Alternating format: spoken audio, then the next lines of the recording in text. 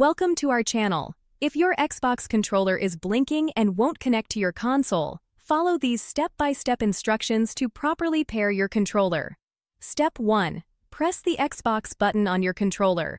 If it blinks slowly, the controller is in pairing mode and trying to connect to a console or device. Step 2. On your Xbox console, press the small pairing button on the front or side of the unit.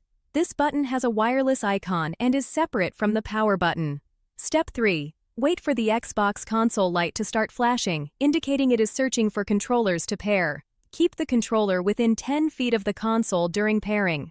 Step 4. Press and hold the pairing button on top of the controller near the USB-C port for 3 seconds. The Xbox button should start flashing faster. Step 5. Wait for the Xbox button on the controller to stop flashing and remain solid. This indicates a successful connection between the controller and console. Step 6. If pairing fails, replace the batteries in the controller with fresh ones. Low battery power can prevent proper pairing and cause connection issues. Step 7. Try connecting the controller using a USB cable.